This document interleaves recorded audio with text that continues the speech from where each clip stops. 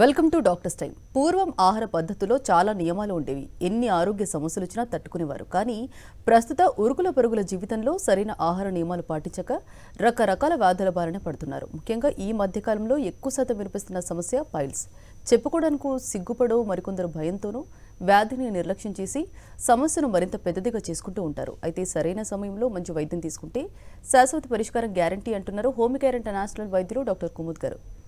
అలాగే piles, fissure fistula లక్షణాలు ఎలా ఉంటాయి, ఎలా నయం చేసుకోవచ్చు, హోమియోపతిలో ఎలాంటి చికిత్స ఉంది, ఇలాంటి మరిన్ని వివరాలు వారిని అడిగి తెలుసుకుందాం. అలాగే మీరు కాల్ చేసిన నంబర్లు 0402331068 and 716. Hello doctor. హలో అండి. ముందుగా చెప్పండి, అసలు పైల్స్ అంటే ఏంటి, ఎలాంటి రీజన్స్ ఉంటాయి? సో ఈరోజు మనం డిస్కస్ చేసుకునే ప్రాబ్లమ్స్ పైల్స్, ఫిషర్, ఫిస్చులా. ఇవి మూడు ప్రాబ్లమ్స్ కూడా మన జనరల్గా యానల్ రీజియన్ అంటే మన మలద్వారం. సో జనరల్గా మనకు కనిపించే మలద్వారం అనేది ఏదైతే యానస్ అనేది ఉంటుందో అది బాగా చిన్నగా ఉంటుంది. సో జనరల్గా ఇది ఓన్లీ మన జనరల్గా మోషన్ పాస్ చేసేటప్పుడే మాత్రమే ఇది ఓపెన్ అవుతుంది. కాకపోతే దానిపైన ఇది కంప్లీట్గా ఒక స్ట్రక్చర్ ఫామ్ చేయడానికి మల్టిపుల్ లేయర్స్ అనేది ఉంటాయి. కాకపోతే ఈ లేయర్స్ పైన కూడా జనరల్గా మన అబ్డామినల్ సిస్టమ్, మన డైజెస్టివ్ సిస్టమ్ అనేది పూర్తిగా అక్కడ కంప్లీట్ అనేది అవుతున్నది. అండ్ ఎక్స్క్రీటరీ సిస్టమ్ అంటే మనం తిన్న ఫుడ్లోకి ఏదైతే అనవసరమైన పదార్థాలు ఏదైతే ఉన్నాయి, ఏదైతే అన్డైజెస్టెడ్ మటీరియల్ ఉంది, ఏదైతే వేస్ట్ ప్రోడక్ట్ ఉందో అది బయటికి పంపించడానికి ఏదైతే సిస్టమ్ ఉంటుందో దానికి మనం ఎక్స్క్రీటరీ సిస్టమ్ అనేది అంటూ ఉంటాం. సో ఈ పైల్స్ కానీ, ఫిషర్ కానీ, ఫిస్చులా కానీ ఇవి మూడుకి జనరల్గా ఒక కామన్ అయిన రీజన్, ఒక కామన్ అయిన కారణం అంటే మలబద్ధకం, కాన్స్టిపేషన్. సో మేజర్గా మనం ఏదైతే ఫుడ్ తీసుకుంటాం ఆ ఫుడ్ అనేది జనరల్గా డైజెస్టివ్ సిస్టంలో సరిగ్గా జీర్ణం అనేది అవుతుంది. ఈ జీర్ణం అయిన తర్వాత కొన్ని ప్రోడక్ట్స్ అనేది ఉంటాయి, ఏదైతే అనవసరమైన ప్రోడక్ట్స్ ఉంటాయి, అన్డైజెస్టెడ్ అంటే అజీర్ణమైన కొన్ని పదార్థాలు ఉంటాయి. ఇవన్నీ వేస్ట్ ప్రోడక్ట్స్ లాగా ఎక్స్క్రీటరీ సిస్టమ్ ద్వారా మన బాడీ అనేది బయటికి పంపించేస్తున్నది. సో అనవసరమైన పదార్థాలకి రిమూవ్ చేయడానికి జనరల్గా ఈ సిస్టమ్ అనేది ఎక్స్క్రీటరీ సిస్టమ్ అనేది కరెక్ట్గా అనేది ఫంక్షన్ అవుతుంది. కాకపోతే మన డైజెస్టివ్ సిస్టంలో అంటే మన జీర్ణం ఏదైతే మనం ఫుడ్ తీసుకుంటామో దానికి డైజెషన్కి కరెక్ట్గా దానికి జీర్ణం అవ్వడానికి ఏదైతే సిస్టమ్ ఉంటుందో ఆ డైజెషన్ లోపల ఎప్పుడైనా ప్రాబ్లం వచ్చినప్పుడు మనకు జనరల్గా ఈ మలబద్ధకం అంటే కాన్స్టిపేషన్ ప్రాబ్లం అనేది జనరల్గా వస్తుంది. కాకపోతే ఫస్ట్ మనం అర్థం చేసుకుందాం కాన్స్టిపేషన్ దేని వల్ల వస్తుంది. కాన్స్టిపేషన్ లేకపోతే మలబద్ధకం అనేది ప్రాసెస్ అనేది జనరల్గా ఎవరైతే కంటిన్యూస్గా కూర్చొని ఉంటారు, ఎక్సర్సైజ్ అనేది లేదు, ఎక్కువగా హెవీ ఐటమ్స్ అనేది ఫుడ్ ఐటమ్స్ అనేది తీసుకుంటూ ఉంటారు, వాటర్ అనేది తక్కువగా తీసుకుంటూ ఉంటారు, చాలా ఫాస్ట్గా భోజనం చేస్తారు. జనరల్గా మనం ఫాస్ట్గా భోజనం చేసినప్పుడు అజీర్ణం అనేది కామన్గా జరుగుతూ ఉంటుంది.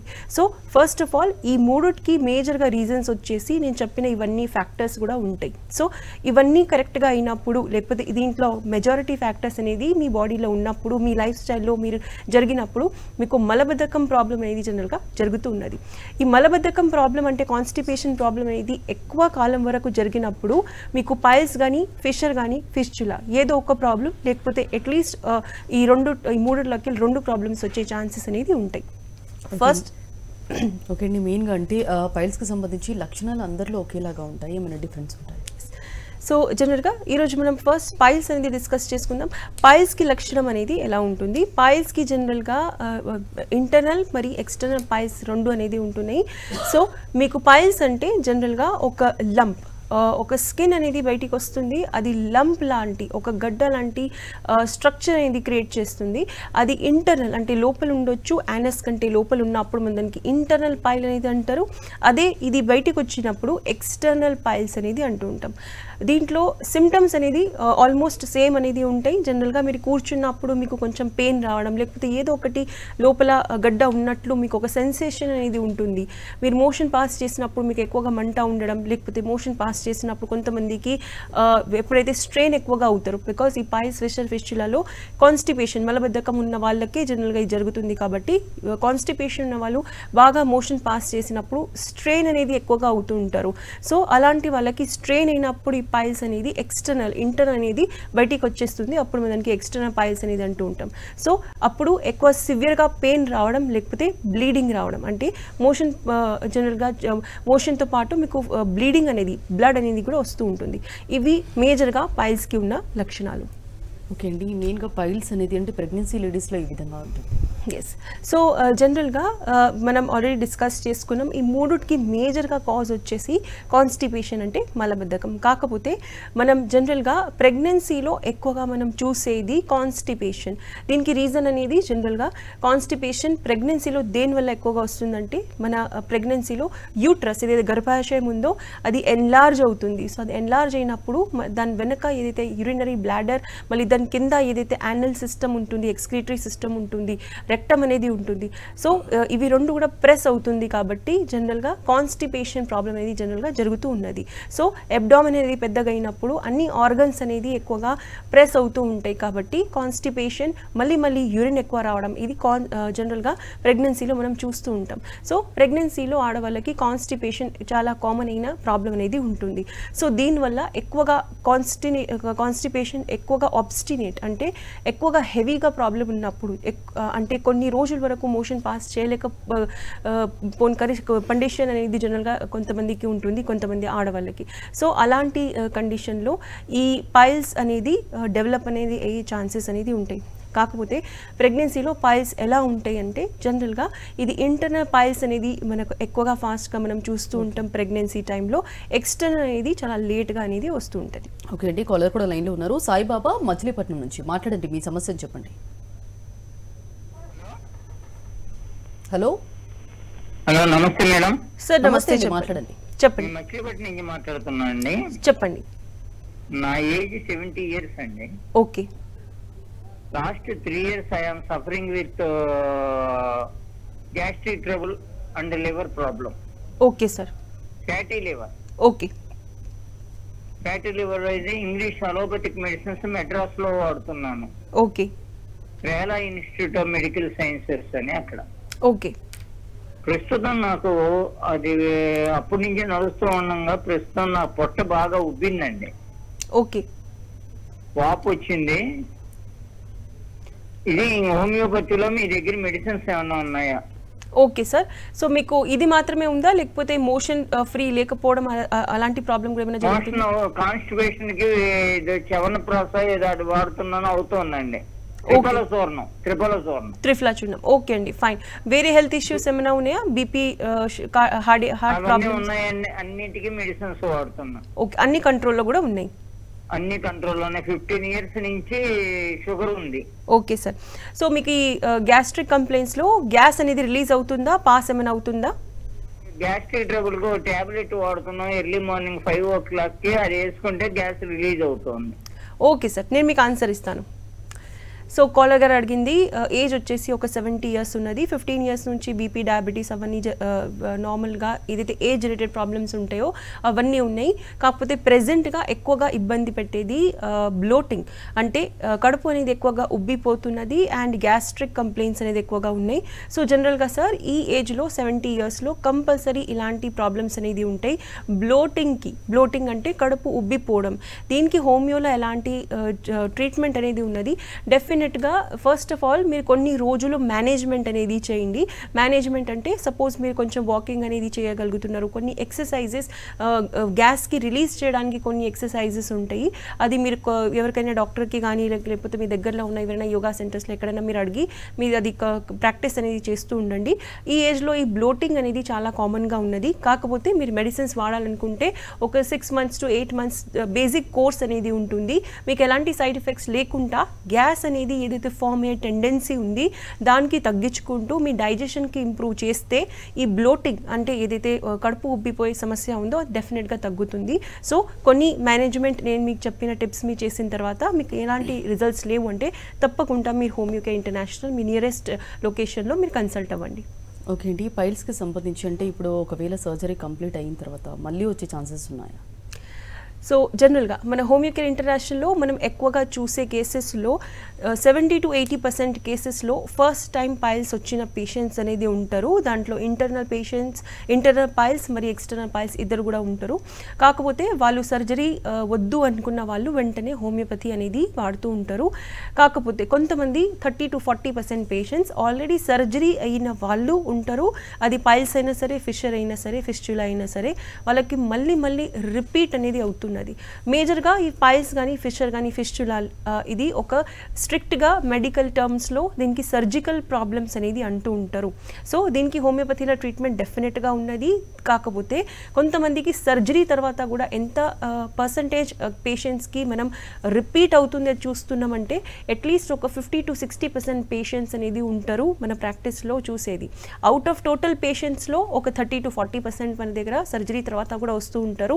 అండ్ కామన్గా చెప్పాలంటే సర్జరీ తర్వాత కూడా ఈవెన్ 2 times 3 times సర్జరీ చేయించుకున్న వాళ్ళు కూడా జనరల్గా మనం చూస్తూ ఉంటాం. సో పైల్స్ కానీ ఫిషర్ కానీ ఫిస్టులా కానీ ఓన్లీ మెడిసిన్ కానీ ఓన్లీ సర్జరీ మాత్రమే దీనికి ఒక పర్మనెంట్ సొల్యూషన్ కాదు.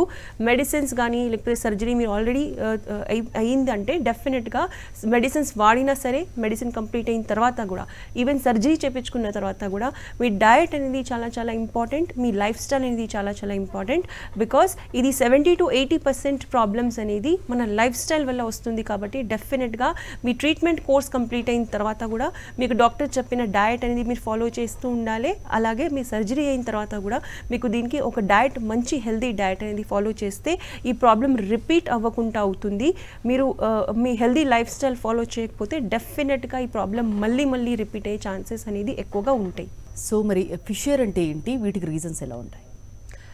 సో జనరల్గా అన్నిటికంటే సివియర్ ప్రాబ్లమ్స్లో సెకండ్ సివియర్ ప్రాబ్లం వచ్చేసి ఫిషర్. సో జనరల్గా ఈ ఫిషర్ అనేది మన చలికాలంలో స్కిన్ అనేది పలిగిపోయినప్పుడు ఏదైతే మనకు బర్నింగ్ కానీ ఇచ్చింగ్ కానీ ఎక్కువగా ఇరిటేషన్, స్కిన్ అనేది ఎక్కువగా బర్నింగ్ సెన్సేషన్తో పాటు ఎక్కువగా గుంజినట్లు ఫీలింగ్ అనేది అవుతూ ఉన్నది. సో జనరల్గా ఇలాంటి కండిషన్ మన యానస్లో ఏదైతే మల ద్వారం అనేది ఉంటుంది ఆ పార్ట్లో అయినప్పుడు జనరల్గా మనం దానికి ఫిషర్ అనేది అంటూ ఉంటాం. సో ఎవరికైతే ఈ యానస్ ప్లేస్లో ఎక్కువగా డ్రై ఉండి క్రాక్స్ అనేది ఉంటాయో ఆ ప్రాబ్లంకి జనరల్గా మనం ఫిషర్ ప్రాబ్లం అనేది అంటూ ఉంటాం. సో జనరల్గా ఫిషర్ అనేది కూడా అగైన్ ఒక ప్రాబ్లం అనేది లైఫ్ స్టైల్ వల్ల వచ్చే ప్రాబ్లమ్స్. అండ్ ఎవరైతే వాటర్ తక్కువగా తీసుకుంటూ ఉంటారు, ఫైబర్ అనేది ఫుడ్లో తక్కువగా తీసుకుంటూ ఉంటారు, అలాంటి వాళ్ళకి డెఫినెట్గా ఈ ఫిషర్ ప్రాబ్లం వచ్చే ఛాన్సెస్ అనేది ఉంటాయి. మనం ఆల్రెడీ డిస్కస్ చేసుకున్నాము ఈ పైల్స్ ఫిషర్లకి కొన్ని కామన్ కండిషన్స్ అనేది ఉంటాయి. వాటర్ తక్కువగా తీసుకోవడం, ఫైబర్ అనేది తక్కువగా తీసుకోవడం, మన ఎక్సర్సైజ్ లేకపోవడం, కంటిన్యూస్గా కూర్చోవడం, ఇవన్నీ సిమ్టమ్స్ కూడా ఫిషర్లో కూడా కామన్గా మనం చూస్తూ ఉంటాము. కాకపోతే ఫిషర్లో మెయిన్ సిమ్టమ్ వచ్చేసి మీ స్కిన్ అనేది బాగా డ్రై ఉంది, మీకు క్రాక్స్ అనేది ఉన్నాయి మీకు యానస్లో, దీంతో పాటు మీకు బర్నింగ్ అనేది చాలా కంటిన్యూస్గా ఉంటుంది, కూర్చున్నప్పుడు ఎక్కువగా పెయిన్ అనేది వస్తున్నది. ఈ ప్రాబ్లమ్స్ ఇవన్నిటికీ కూడా మనం జనరల్గా ఫిషర్ ప్రాబ్లం అనేది అంటూ ఉంటాం. సో ఈ ఫిషర్లో మీకు ఎలాంటి స్కిన్ లోపల లంప్ కానీ గడ్డ కానీ జనరల్గా మీకు కనపడదు. కాకపోతే మీకు ఎక్కువగా క్రాక్స్ ఉన్నాయి అండ్ మీరు టచ్ చేసినప్పుడు స్కిన్ డ్రై ఉన్నది కాబట్టి మీరు అసలు దానికి ముట్టుకోలేరు, అలాంటి పెయిన్ అనేది జనరల్గా వస్తుంటుంది. ఈ ప్రాబ్లంకి మనం ఫిషర్ ప్రాబ్లం అనేది అంటూ ఉంటాం. సో సిమ్టమ్స్లో జనరల్గా ఫిషర్లో పెయిన్ అండ్ బర్నింగ్ అనేది ఎక్కువగా ఉంటుంది. కాకపోతే కొంతమందికి చాలా తక్కువ మందికి ఓన్లీ 5 to 10% కేసెస్లో మనం ఫిషర్లో కూడా బ్లీడింగ్ అనేది చూస్తూ ఉంటాం. మీకు పైల్స్ ఉందా ఫిషర్ ఉందా దీంట్లో కన్ఫ్యూజన్ ఉన్నదంటే డెఫినెట్గా మీరు జనరల్గా మీరు ఎగ్జామిన్ చేసినప్పుడు దీనికి మీరు పర్సనల్ ఫింగర్ టెస్ట్ అనేది అంటూ ఉంటారు. సో మీకు గడ్డ ఉన్నదంటే డెఫినెట్గా పైల్స్ అనేది ప్రాబ్లం ఉన్నది. అదే మీకు డ్రై ఉండి క్రాక్స్ అనేది ఉన్నది యానస్లో అంటే డెఫినెట్గా అది ఫిషర్ ప్రాబ్లం ఉన్నట్లు మీరు అనుకోవచ్చు. ఓకే అండి, మెయిన్గా అంటే ఫిషర్ గురించి చెప్పారంటే పైల్స్ అండ్ ఫిషర్కి ఉన్న డిఫరెన్స్ ఏంటంటారు, అలాగే డైట్ పరంగా ఏంటంటారు? సో జనరల్గా పైల్స్లో ఖచ్చితంగా మీకు ఎప్పుడైనా ఒక్కసారి బ్లీడింగ్ అనేది కంపల్సరీ ఉంటుంది. అదే ఫిషర్లో బ్లీడింగ్ అనేది చాలా తక్కువ కేసెస్లో మనం చూస్తూ ఉంటాము. మీరు ఎక్కువగా స్కిన్ టచ్ చేసినప్పుడు జనరల్గా ఈ ప్రాబ్లమ్స్ ఉన్న వాళ్ళు కంపల్సరీ సెల్ఫ్ ఎగ్జామినేషన్ అనేది చేసుకుంటూ ఉండాలి. దీని తర్వాత సపోజ్ మీకు అవసరం ఉంటే మీరు ఎప్పుడైనా డాక్టర్ దగ్గర వెళ్ళినప్పుడు మీకు కోలోనోస్కోపీ అనేది జనరల్గా సజెస్ట్ చేస్తూ ఉంటారు. కాకపోతే ఎవరికైతే ఈ ప్రాబ్లమ్స్ ఉంటుందో వాళ్ళు హైజీనిక్ కండిషన్స్లో మంచి హ్యాండ్స్ క్లీన్ ఉంచుకొని జనరల్గా టచ్ చేసినప్పుడు వాళ్ళకి ఏం అర్థమవుతుందంటే వాళ్ళకి స్కిన్ అనేది ఎక్కువగా డ్రై ఉన్నది, క్రాక్స్ ఉన్నదంటే కంపల్సరీ మీకు అది ఫిషర్ ఉంది. కొంతమందికి గడ్డ కూడా ఉంటుంది అండ్ ఇది క్రాక్స్ అనేది కూడా ఉంటుంది. సో అలాంటి వాళ్ళకి పైల్స్ మరి ఫిషర్ రెండు కంబైన్ ఉన్నాయి అలా కూడా జనరల్గా మనం కొన్ని కేసెస్లో చూస్తూ ఉంటాం. కాకపోతే ఇది చాలా రేర్ కండిషన్స్లో ఉంటుంది. బికాస్ పైల్స్ అండ్ ఫిషర్ రెండు ఒకటేసారి రావాలంటే డెఫినెట్గా మీకు చాలా కాలం నుంచి ఈ ప్రాబ్లమ్స్ ఉన్నాయి, మీరు అవాయిడ్ చేశారు, మీరు ఎప్పుడు డాక్టర్ దగ్గర వెళ్ళి వెళ్ళి దీనికి చూపించుకోలేదంటేనే మీకు ఈ పైల్స్ ఇంకా ఫిషర్ రెండు ఒక్కటేసారి వచ్చే ఛాన్సెస్ అనేది ఉంటాయి. కాకపోతే ఓన్లీ 5 to 10% కేసెస్లో పైల్స్ ఇంకా ఫిషర్ కంబైన్ అనేది ఉంటుంది. ఒక మైనర్ డిఫరెన్స్ మాత్రమే ఉంటుంది. ఫిషర్లో క్రాక్స్ అనేది ఎక్కువగా ఉంటాయి, అదే పైల్స్లో గడ్డ అనేది కంపల్సరీ మీకు ఫీల్ అవుతుంది. ఓకే అండి, పైల్స్కి సంబంధించి మరి ఇన్వెస్టిగేషన్స్ ఏ విధంగా ఉంటాయి, అలాగే ఎలా ట్రీట్ చేస్తారు స్టార్టింగ్ స్టేజ్ అయితే? సో జనరల్గా పైల్స్లో కొన్ని గ్రేడ్స్ అనేది ఉంటాయి. ఇంటర్నల్ ఎక్స్టర్నల్ ఆల్రెడీ మనం మాట్లాడుకున్నాం. జనరల్గా గ్రేడ్స్ గురించి చెప్పాలంటే ఎక్స్టర్నల్ పైల్స్ లోపల మరి ఇంటర్నల్ పైల్స్ లోపల దాని సైజ్ ప్రకారంగా మీకు చాలా చిన్నగా సైజ్ ఉన్నదంటే డెఫినెట్గా దానికి గ్రేడ్ 1 అనేది అంటారు. అదే మీడియం టు మోడరేట్ సైజ్ ఉన్నది అంటే దానికి గ్రేడ్ 2 అనేది అంటారు. అదే పెద్దగా సైజ్ ఉన్నది కొన్ని ఎక్స్టర్నల్ పైల్స్ ఏదైతే ఉంటాయి అది గ్రేడ్ 3లా ఉన్నప్పుడు మొత్తం ఒక బంచ్ లాంటివి అనేది వస్తున్నది. స్కిన్ అనేది గడ్డలు మాత్రమే కాదు మొత్తం ఒక బంచ్ లాగా అనేది వస్తుంటుంది. కొంతమందికి ఇది ప్రాబ్లంగా అనేది ఉంటుంది కాబట్టి వాళ్ళు గ్రేడ్ 3లో కంపల్సరీ సర్జరీ వెళ్ళాల్సి అనేది వస్తుంది. కాకపోతే ఈ గ్రేడ్స్ ప్రకారంగా మనం సిమ్టమ్స్ చెప్పాలంటే గ్రేడ్ 1 మరి గ్రేడ్ 2లో నార్మల్గా మీరు ఓన్లీ మెడిసిన్స్ వాడుకుంటూ డయట్ మీకు సజెస్ట్ చేసిన డయట్లో జనరల్గా ఎక్కువగా వాటర్ తీసుకోవడం మార్నింగ్ ఎంటీ స్టమక్లో, అదే మీరు ఫైబర్ రిచ్ ఫుడ్ ఎక్కువగా తీసుకుంటే ఈ ప్రాబ్లం అనేది జనరల్గా తగ్గిపోతుంది.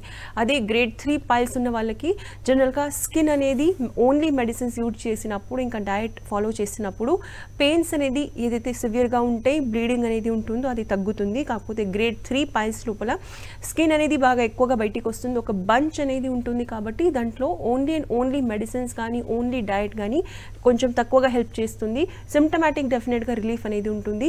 ఆ స్కిన్ ఎక్కువ బయటికి రావడం వల్ల జనరల్గా ఆ స్కిన్ అనేది కట్ చేయాల్సి ఉంటుంది.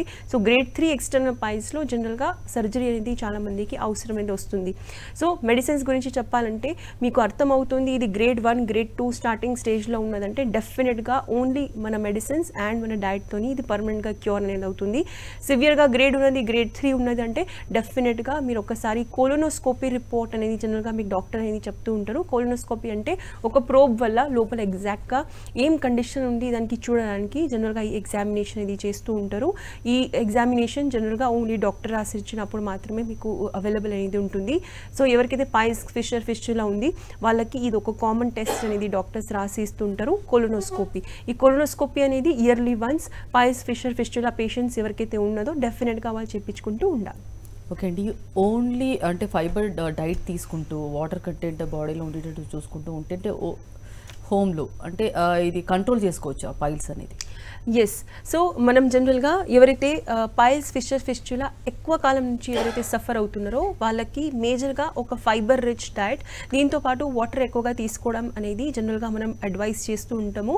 వాళ్ళు ట్రీట్మెంట్ కోర్స్ కంప్లీట్ అయిన తర్వాత ఈ డయట్ అనేది కంటిన్యూగా ఫాలో చేసినప్పుడు ఆల్మోస్ట్ 90% కేసెస్లో మనం చూసింది ఏంటంటే ఈ ప్రాబ్లం అనేది రిపీట్ కాకుండా ఉంటుంది అండ్ పర్మనెంట్గా కూడా క్యూర్ అయ్యే ఛాన్సెస్ అనేది 90% ఉంటుంది. సో ఎవరైతే ఎక్కువగా హార్డ్ ఫుడ్స్ తీసుకుంటారో నాన్ వెజ్ లాంటి పదార్థాలు ఎక్కువగా తీసుకుంటారో వాళ్ళకి ఈ పైల్స్ కానీ ఫిషర్ కానీ మళ్ళీ రిపీట్ అయ్యే ఛాన్సెస్ ఉంటుంది. మన హోమియోకేర్లో కూడా మనం ట్రీట్మెంట్ చేసినప్పుడు జనరల్గా మనం అదే చూస్తూ ఉంటాము. ఎవరైతే పేషెంట్స్ ట్రీట్మెంట్ కంప్లీట్ అయిన తర్వాత ఎప్పుడైతే డయట్ కంటిన్యూగా ఫాలో చేస్తారో వాళ్ళకి ఎప్పుడో ఒక్కసారి నాన్ వెజ్ కానీ ఏదైనా హార్డ్ ఐటమ్స్ ఫుడ్ ఐటమ్స్ తీసుకున్నప్పుడు మాత్రమే ఈ ప్రాబ్లం అనేది రిపీట్ అవుతుంది. అది కూడా ఓన్లీ ఒక 2 to 3 days కానీ 4 days ఉండి మళ్ళీ అది తగ్గిపోతుంది. సో డెఫినెట్గా డయట్ అనేది ఈ ప్రాబ్లంలో చాలా ఇంపార్టెంట్ ఒక రోల్ ప్లే అనేది చేస్తుంది. ఓకే అండి, మరి ఫిస్టులా అంటే ఏంటి, వీటికి రీజన్స్ ఎలా ఉంటాయి? సో జనరల్గా ఫిస్టులా ఈ మూడు ప్రాబ్లమ్స్లో అన్నిటికంటే సివియర్ ప్రాబ్లం అనేది మనం చెప్పుకోవచ్చు. అన్నిటికంటే ఎక్కువగా మేజర్ ప్రాబ్లం వచ్చేసి ఫిస్టులాకి ట్రీట్ చేయడానికి కూడా చాలా ఇబ్బందిగా ఉంటుంది. దీంతో పాటు ఈ ప్రాబ్లం కూడా చాలా సివియర్ ప్రాబ్లం అనేది ఉంటుంది. సో జనరల్గా ఫిస్టులా అంటే ఏంటి మనం అర్థం చేసుకోవాలంటే ఇవి అబ్నార్మల్ కనెక్షన్స్ అనేది ఉంటాయి, ఫామ్ అవుతాయి. మన ఇంటర్నల్ మన ఎక్స్క్రీటరీ సిస్టమ్ ఏది మనకు బయటికి కనపడదో అది అండ్ మన రిప్రొడక్టివ్ సిస్టమ్ ఆడవాళ్ళు ఉంటే జనరల్గా పెరీనియం కండిషన్స్ జనరల్గా ఎప్పుడైతే యూరిన్ ఏది ఓపెనింగ్ ఉంటుందో అది కనెక్టెడ్ ఉంటుంది ఎక్స్క్రీటరీ సిస్టమ్ అంటే యానస్తోని. సో అబ్నార్మల్ కనెక్షన్స్ కంపార్ట్మెంట్స్ ఎప్పుడైతే ఫామ్ అవుతాయి ఈ ఫామ్ ఎలా జరుగుతుంది జనరల్గా స్కిన్ అనేది అబ్నార్మల్గా గ్రో అయినప్పుడు ఈ ఫిస్టులా అనేది జనరల్గా జరుగుతుంది. దీంతో పాటు ఈ ఫిస్టులాది ఓపెనింగ్ అనేది బయట ఉంటుంది, యానస్కి దగ్గరలో ఉంటుంది సర్కిల్ ఫామ్లో అండ్ 4 to 5 ఓపెనింగ్స్ ఉండే ఛాన్సెస్ ఛాన్సెస్ కూడా ఉన్నాయి. ఆ ఓపెనింగ్స్ అనేది మీకు జనరల్గా కనపడుతుంది. దాంట్లో పస్ కానీ ఎక్కువగా వైట్ ఫ్లూయిడ్ కానీ బ్లడ్ కానీ వచ్చే ఛాన్సెస్ అనేది ఉంటుంది. సో ఈ ఫిస్చులా ఈ మూడిట్లో అన్నిటికంటే ఎక్కువ కాంప్లికేటెడ్ ప్రాబ్లం ఉంటుంది. సర్జరీ లేకుండా దీనికి ట్రీట్మెంట్ ఉందా? డెఫినెట్గా ఉన్నది. కాకపోతే మెడిసిన్, ఎక్సర్సైజ్, ఇంకా డైట్, ఇవి 3 కరెక్ట్గా మీరు ఎక్కువ కాలం వరకు డాక్టర్ చెప్పినట్లు మీరు ఫాలో చేస్తే దీనికి డెఫినెట్గా సర్జరీ లేకుండా ట్రీట్మెంట్ అనేది ఉంటుంది. కాకపోతే కొంతమందికి ఫిస్చులాలో సర్జరీ కంపల్సరీ ఉంటుంది. సర్జరీ తర్వాత ఫిస్చులా రిపీట్ కావద్దు అనుకున్న వాళ్ళు డెఫినెట్గా హోమియోకేర్ ఇంటర్నేషనల్ ట్రీట్మెంట్ తీసుకుంటే ఇది రిపీట్ కాకుండా కంపల్సరీ ఉంటుంది.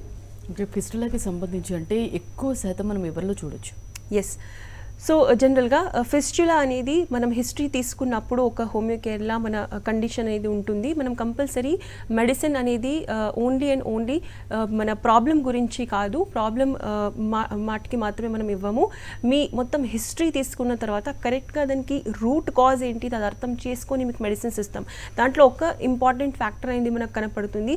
ఎవరైతే ఎక్కువ కాలం వరకు చిన్నప్పటి నుంచి చిన్న ఏజ్ నుంచి ఫైబర్ లేని డయట్ అనేది ఎక్కువగా తీసుకుంటారు, వాటర్ తక్కువగా తీసుకుంటారు, నాన్ వెజ్ డైలీ తీసుకున్న వాళ్ళకి ఫిస్చులా ప్రాబ్లం తప్పకుండా వచ్చే ఛాన్సెస్ అనేది ఉంటుంది. ఓకే అండి. మరి చిన్నపిల్లల్లో ఏ విధంగా గుర్తుపట్టాలి పేరెంట్స్? ఎస్. సో జనరల్గా చిన్న పిల్లలు అనేది హార్డ్ స్టూల్ పాస్ చేస్తున్నారు, వాళ్ళు మోషన్ వెళ్ళేటప్పుడు ఏడుస్తున్నారు, లేకపోతే మోషన్ పాస్ చేయకముందు ఎక్కువగా ఏడుస్తున్నారు, వాళ్ళు మాటలు మీతో జనరల్గా ఎక్స్ప్రెస్ చేయలేరు. సో అలాంటి వాళ్ళకి మీరు అర్థం చేసుకోవాలి, వాళ్ళకు కంపల్సరీ హార్డ్ స్టూల్స్ ఉన్నాయి, కాన్స్టిపేషన్ ఉన్నది, అండ్ వాళ్ళకు ఫిషర్ వచ్చే ఛాన్సెస్ డెఫినెట్గా ఉన్నాయి. సపోజ్ చిన్నపిల్లలు ఉన్నారు 10, 11, 12 ఇయర్స్, వాళ్ళు నార్మల్గా వాళ్ళే వాష్రూమ్కి వెళ్ళేసి వస్తున్నారు అంటే డెఫినెట్గా వాళ్ళు మీరు అర్థం చేసుకోవాలి ఎక్కువ టైం వరకు వాళ్ళు తీసుకుంటున్నారు అంటే ఎక్కువ టైం వాళ్ళు మోషన్ పాస్ చేసే వరకు 30 minutes కానీ 20 minutes కానీ వాళ్ళకి ఎక్కువ టైం అవుతుందంటే డెఫినెట్గా వాళ్ళకు కాన్స్టిపేషన్ ఉంది. అండ్ వాళ్ళకు కౌన్సిలింగ్ అనేది మీరు చేయాలి. ఫుడ్లో నేను చెప్పినట్లు డయట్ చేంజెస్ అనేది చేయాలి. అండ్ మీకు సపోజ్ వాళ్ళు ఏమైనా కంప్లైంట్ చేస్తున్నారంటే వెంటనే వాళ్ళకి ఎగ్జామినేషన్ కోసానికి మీ నియరెస్ట్ డాక్టర్ దగ్గర తీసుకొని వెళ్ళాలి. జనరల్గా చిన్నపిల్లలకి కూడా ఎక్కువ కాలం నుంచి కాన్స్టిపేషన్ ఉన్నప్పుడు జనరల్గా వాళ్ళకు అర్థం కాదు అండ్ వాళ్ళ డయట్ అనేది అబ్నార్మల్గా ఉంటుంది కాబట్టి వాళ్ళకు ఈ ఫిషర్ కానీ పైల్స్ వచ్చే ఛాన్సెస్ అనేది ఉంటుంది. కాకపోతే వాళ్ళకి ప్రాబ్లం ఉన్నప్పుడు పేరెంట్స్ అనేది డెఫినెట్గా ఫస్ట్ గమనించాలి. మీ బాబు కానీ మీ అమ్మాయి కానీ వాళ్ళు వాష్రూమ్లో మోషన్ పాస్ చేసేటప్పుడు ఎక్కువగా టైం తీసుకుంటున్నారా అంటే డెఫినెట్గా వాళ్ళకి ఈ చేంజెస్ అనేది చేస్తే మాత్రమే పైల్స్ కానీ ఫిషర్ కానీ ప్రాబ్లం ఫ్యూచర్లో రాకుండా ఉంటుంది. ఓకే అండి. మెయిన్గా అంటే ఈ పైల్స్, ఫిషర్, ఫిస్టులకి సంబంధించి ఇన్ కేస్ నెగ్లెక్ట్ చేస్తే ఎలాంటి కాంప్లికేషన్స్ ఉంటాయి? ఎస్. సో జనరల్గా పైల్స్, ఫిషర్, ఫిస్టులలో మేజర్గా కాంప్లికేషన్స్ వచ్చేసి ఎక్కువగా బ్లీడింగ్ రావడం. సో చిన్న పిల్లలు కానీ పెద్దవాళ్ళు కానీ ఈ ప్రాబ్లంలో బ్లీడింగ్ అనేది చాలా కామన్గా ఉంటుంది. కాకపోతే ఫ్రాంక్ బ్లీడింగ్ మరి స్టూల్తో మిక్స్ అయిన బ్లీడింగ్ అనేది డిఫరెంట్గా ఉంటుంది. చాలామందికి ఫ్రాంక్ బ్లీడింగ్ ఉన్నదంటే డెఫినెట్గా అర్థమవుతుంది, అది కనపడుతుంది. కాకపోతే కొంతమందికి మోషన్తో సహా బ్లడ్ అనేది వెళ్ళిపోతున్నప్పుడు వాళ్ళకి ఎనీమియా అంటే బ్లడ్ పర్సంటేజ్ తగ్గిపోయే ఛాన్సెస్ అనేది ఉంటుంది.